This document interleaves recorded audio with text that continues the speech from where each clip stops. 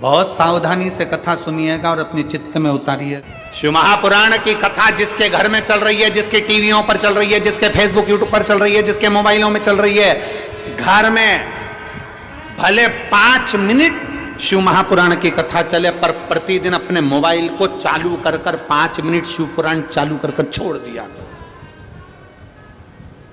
घर में टीवियों पर अगर कथा आए तो भले सुनो चाहे नहीं सुनो, 5-10 मिनट उस टीवी को चालू कर छोड़ा करो, जिससे वो शिव महापुराण के शब्द हमारे घर के वातावरण को शुद्ध करें।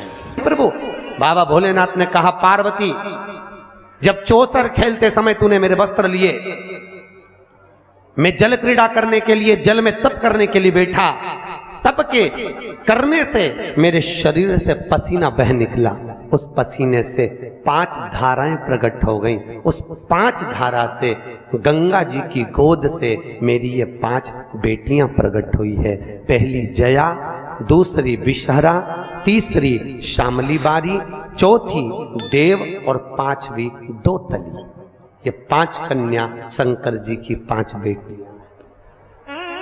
उसी समय पर माता पार्वती ने गंगा जी के जल को हाथ में लेकर कहा, गंगा तू मेरी बहन है, मेरे गर्भ से तो संतान नहीं हुई, पर तूने मेरे बच्चों को पाला पोसा बड़ा किया, इसलिए तेरे घाट पर आने वाला व्यक्ति शंकर जी के साथ तेरा स्मरण करेगा और जो हर हर गंगे बोलेगा, गंगा उसको तेरे स्नान का पुण्य घर बैठे मिल जाएगा। हर हर गंगे बोलो जम के। केवल गंगा के साथ उसी दिन से हर हर शब्द जुड़ गया और जिंदगी हो गई आपकी बोलते बोलते। आपको अभी तक नहीं मालूम होगा कि हर हर गंगे क्यों बोलते। जीवन हो गया भैया। शिव महापुराण में एक एक संवाद है। चावल क्यों लगाना चाहिए, शिव जी को कंकु क्यों नहीं लगाया जाता, शंकर को कुंकू नहीं लगता, रोली नहीं लगती, क्योंकि भगवान शंकर जब एक बार बैठे थे तो एक भगत ने शिव जी का कुंकू अभिषेक कर दिया था। कुंकू अभिषेक करा, इतने में माता जगत जननी जगदम्बा उसी समय पर आ गई। पार्वती ने शंकर जी के ऊपर से रक्त की धार जब बहते हुए नीचे आई, भोलेनाथ जी के शरीर से रक्त बहता देखकर माता पार्वती को क्रोध आ गया। पार्वती ने उसी समय पर श्राप देना चाहा। शिव जी ने कहा, पार्वती उसने कुंकू अभिषेक करा है और तू श्राप दे रही है। पार्वती ने कहा, मैं जान नहीं पाई, पर भोलेनाथ आपसे वचन देती हूं कि आज के बाद आपके शरीर पर यह रक्त ना देखूं। इसलिए आज तक शंकर जी के शिवलिंग पर कभी कंकु नहीं चढ़ाया जाता, कुंकू नहीं चढ़ाया। शिव जी को चंदन चढ़ेगा, हल्दी चढ़ेगी, अष्टगंध चढ़ेगा, गुलाल चढ़ेगी, अबीर चढ़ेगा, पर कुंकू शंकर को कुंकू नहीं। जैसे अधिक मास के महीने में, अब ये जो अधिक मास आ रहा है ना, आपके लिए तो लाभदायक है, समझ लो ये कथा। अधिक मास के महीने में जैसे पहले दिन का अधिक मास होता है, ऐसे 5वां दिन का जो अधिक मास होता है, पंचमी तिथि का, पंचमी तिथि का अधिक मास, शास्त्र कहता है कि जिसके घर में संपदा की कमी हो, पैसा आ ही नहीं रहा हो, सब दूर उलझ गया हो, बहुत टेंशन चल रहा हो, 3 साल में एक बार अधिक मास आता है। अधिक मास की पंचमी तिथि के दिन गन्ने का रस, गन्ने का रस जानते हो, ईख का रस, गन्ने का रस तुलसी जी के क्यारे में हाथ में लेकर 7 बार अपना नाम और गोत्र बोलकर छोड़ दो। जिंदगी में 3 साल में तो करोड़पति बनकर बैठ जाओगे, कभी लक्ष्मी की कमी नहीं आ सकती। अगला अधिक मास आएगा तो तुम तैयारी में बैठे रहोगे कि फिर पंचमी तिथि आए, फिर मैं गन्ने का रस डाल। केवल अधिक मास में होता है, अधिक मास के सिवा नहीं कर सकती, केवल अधिक मास, अधिक मास के अंतर्गत करें। और आपको तो मौका मिल रहा है ज्येष्ठ का अधिक मास है इस साल, बड़े प्रेम से आनंद में। और हम तो निमंत्रण दे रहे हैं आपको कि अधिक मास में मुंबई में महेश्वरी समाज द्वारा विष्णु महापुराण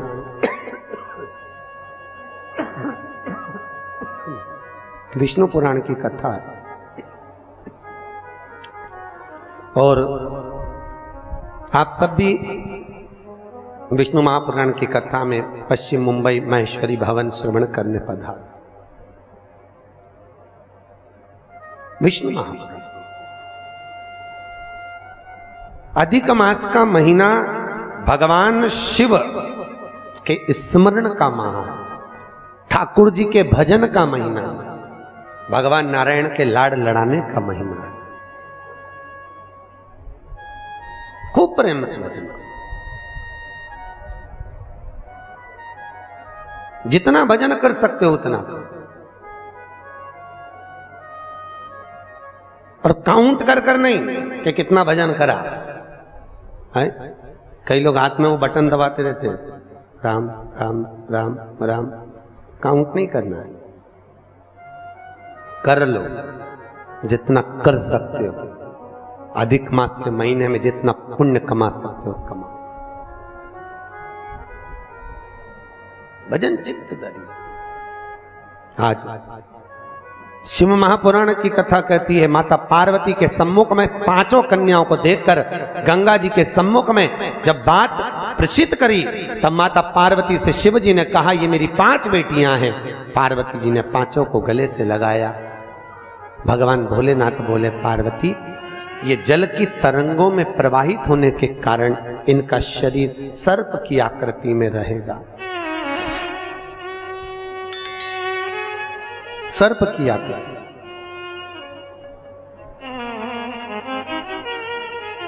और वो 5 कन्या शंकर भगवान की 5 सर्प रूप की बेटियां हुई। सर्प रूप। आज भी नाग पंचमी के दिन घर के दरवाजे पर, घर के दोनों ओर, अब इधर पूछते हैं कि नहीं पूछते मालूम नहीं, पर नाग पंचमी के दिन 5 सर्प यहां बनाते हैं। 5 सर्प बनाए जाते हैं। वो शंकर भगवान की 5 बेटियां बनाई जाती है और नाग पंचमी के दिन उनकी पूजन होती है। नाग पंचमी।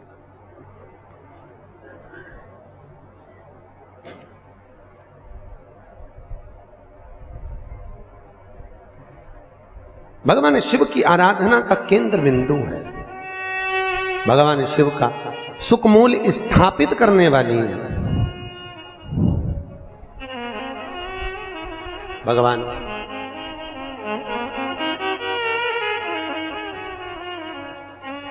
भगवान शिव ने 5 कन्याओं को आशीर्वाद दिया, माता पार्वती को समझाया, ज्ञानोपदेश प्रदान किया। समय आया और आज भगवान शिव विराजमान थे और भगवान शंकर के नयन बंद करने पर शिव जी के नयन से बंद करते ही एक अश्रु निकला। उस आंसू से अंधकासुर का जन्म हो गया। और जैसे ही अंधकासुर जन्मा, माता पार्वती ने उस बालक को गोदी में ले लिया। पार्वती ने जैसी गोदी में लिया, ये मेरा पुत्र है। भगवान शिव बोले, पार्वती इसको उठाकर समुद्र में फेंक दे। पार्वती जी ने समुद्र में बालक को नहीं फेंका। महाराज मैं इसको फेंकूंगी नहीं, आपके शरीर से प्रकट हुआ है, ये आपका पुत्र है। भगवान भोलेनाथ बोले, पार्वती मेरे नयन बंद करने पर अगर प्रकट हुआ है तो उसकी कोई तुलना, कोई मान्यता नहीं। फेंक दे इसको समुद्र में। पार्वती मैया ने नहीं फेंका। थोड़ा रिटर्न बढ़ा। पार्वती मैया नहीं फेंकी। और जब माता पार्वती ने, बस ठीक है, पार्वती मैया जब नहीं फेंकी, शिवजी ने फिर कहा, पार्वती इस बालक को फेंक समुद्र में। पार्वती ने नहीं फेंका। ये आपका पुत्र है, मैं नहीं फेंकूंगी। बहुत समझाया, नहीं माना। शिव जी को क्रोध आया। तब माता पार्वती ने अंधकासुर को समुद्र में डाला। डालते ही उस बालक को हिरण्याक्ष ने पकड़ लिया। हिरण्याक्ष ने उसको पाल पोस कर बड़ा करा। हिरण्याक्ष को बड़ा करा। समय आया, जैसे हिरण्याक्ष ने जैसे ही अंधकासुर को बड़ा किया, पाल पोस कर तैयार किया, समय आने पर भगवान नारायण ने बराह अवतार धारण कर कर हिरण्याक्ष के प्राणों को हर लिया, पृथ्वी को लाकर जल के ऊपर ठहरा दिया। तब उस अंधकासुर को क्रोध आया और अंधकासुर ने ब्रह्मा जी का तप कर कर वर प्राप्त करा। ब्रह्मा जी से मांगा, ब्रह्मदेव मैं वैसे तो वीर हूं पर मुझे वर देना है तो वर दीजिए, ऐसा वर दो। अंधकासुर को मालूम था कि मैं अपनी मां के गर्भ से पैदा ही नहीं हुआ। तो अंधकासुर ने मांगा, जिस दिन मैं अपनी मां को गलत दृष्टि से देख लूं, जिसने मुझे अपनी गोद में खिलाया हो उसको अगर गलत दृष्टि से देखूं तो मेरे प्राण छूट जाएं। क्योंकि अंधकासुर को तो ये मालूम था कि मेरे कोई मां है, पर उसको कौन बताए कि तू पार्वती की गोद में खेला है। पार्वती की गोद, जिस दिन मैं अपनी मां को अगर गलत दृष्टि से देखूं उसी दिन मेरे प्राण छूटे, बस उस दिन मेरा अंतिम समय हो। ब्रह्मा जी ने कहा तथास्तु। और अंधकासुर बड़ा हो गया, आनंद सुख स्थापित हो गया, चारों तरफ सत्ता ही सत्ता अंधकासुर की हो गई, किसी को पृथ्वी पर रहने ही नहीं देता, सब घबरा गए। तब अंधकासुर ने अपने दूतों को बुलाकर कहा, जाओ सबसे सुंदर जो नारी हो, सबसे सुंदर जो कन्या हो, उससे मैं विवाह करूंगा, मेरे लिए लाओ। इतने में एक दूत बोला, जो सबसे सुंदर थी, जो सबसे अति रमणीय थी, उसने तो शंकर जी को पति बना लिया। अरे तो क्या हुआ, शिव को पति बनाया है, उसको मैं अपनी पत्नी बनाऊंगा। कहां रहती है? कैलाश पर। और बताओ, मां के लिए गलत दृष्टि रखकर अंधकासुर चला कैलाश पर, और आज माता पार्वती उसी समय पर सुंदर भगवान शिव के लिए आनंदमय सुंदर भांग को घोट रही। क्यों घोट रही? कई लोग कहते हैं शंकर जी को भांग प्रिय है। कौन सी पुराण में लिखा है कि शिव जी को भांग प्रिय है? कहीं लिखा? अरे बोलो तो। पूरी शिव महापुराण में, भागवत पुराण, नर्मदा पुराण, गर्ग संहिता आदि आदि के जितने शास्त्र, जितने प्रमाण देने वाले पुराण हैं, कहीं नहीं लिखा कि शंकर जी को भांग प्रिय है। शिव को भांग प्रिय नहीं है भैया। वो तो शंकर जब आपको मालूम है ना, मंथन में जब विष निकला था, विष शिव जी ने पिया था, उसकी बूंदें नीचे गिर गई थी, उससे भांग धतूरा उत्पन्न हो गया था। शंकर जी के पास में भांग रखी है, पी नहीं रहे। क्यों? शंकर जी के पास में जब भांग रहती है, चारों तरफ से जब हवा आती है, तो शिव जी ने जो जहर पिया है उससे कंठ नीला पड़ गया है। वो भांग की हवा से शंकर जी के गले को ठंडाई मिलती है। शंकर जी भांग पीते नहीं है, पर दुनिया के लोगों ने तो शंकर जी को बदनाम कर दिया। शिव जी की प्रिय, तो शिवरात्रि पे लोग घोट घोट के शंकर जी को भी भोग लगा दे और खुद भी पी जा ले। शिव जी की प्रिय, खूब घोटो।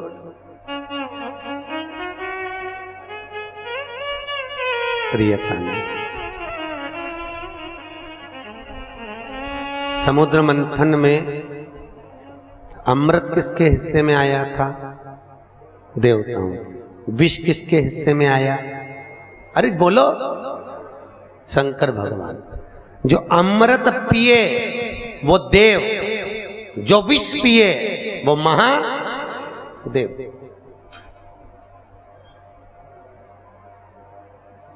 ताजी रोटी किसकी किस्मत में होती है? घर की बहू बेटियों के। ठंडी रोटी किसकी किस्मत में होती है? घर की डोकरी के, घर की वृद्ध। क्यों? मां भले रसोई घर में नहीं जाती, पर रसोई घर में प्रत्येक सास, आप भी सास होगी, प्रत्येक सास घर में बहू जब भोजन बनाती है तो एक बार सास घर में राउंड लगा कर आती है, चौके में देख कर आती है डब्बे में रोटी कितनी बची है, डब्बे में रोटी कितनी बची है। क्योंकि बहू अगर ज्यादा रोटी होगी तो उठाकर गाय को डाल देगी, तो जब सास जीमने बैठती है तो कहती है बेटा मुझे वो ठंडी रोटी ला दे। क्यों? सास को मालूम है ना बहू खाएगी, ना बेटा खाएगा, ना पति को खान दूंगी और ना कोई खाएगा, आखिरी में वो गाय के मुंह में चली जाएगी और इतनी रोटी बहू फेंकेगी, दिल मेरा दुखेगा। तो घर की बूढ़ी माँ कहती है मुझे ठंडी अच्छी लगेगी, कड़ी के साथ दाल के साथ मैं ठंडी रोटी खा लूंगी, ला दे दे। और बहू ने ठंडी रोटी लाके मम्मी को दे दी, माँ ने खा ली। उसी तरह क्या शंकर भगवान को अमृत प्रिय नहीं था? अरे बोलो तो था ना प्रिय। अगर देवताओं को अमृत अच्छा लग रहा है तो भोलेनाथ जी को भी अमृत अच्छा लग रहा है, पर शंकर भगवान ने सोचा अगर मैं अमृत पीऊंगा तो विष कौन पिएगा, इसलिए एक काम करता हूं, तुम सब गर्म रोटी खाओ, मैं ठंडी खा लेता हूं। इसी को कहते हैं महादेव। और मेरे भारत की भूमि की जो वृद्ध माताएं हैं, भारत के भूमि की जो बूढ़ी बूढ़ी माँ हैं, ये भी महादेव से कम नहीं है, जो रोज घर में विष को धारण कर रही है, रोज घर में कुछ ना कुछ घूट पी रही है।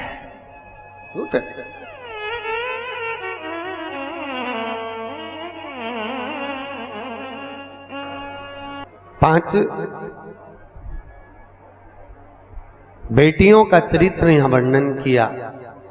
अंधकासुर मां जगतजननी के सम्मुख में पहुंच गया, माता के सामने।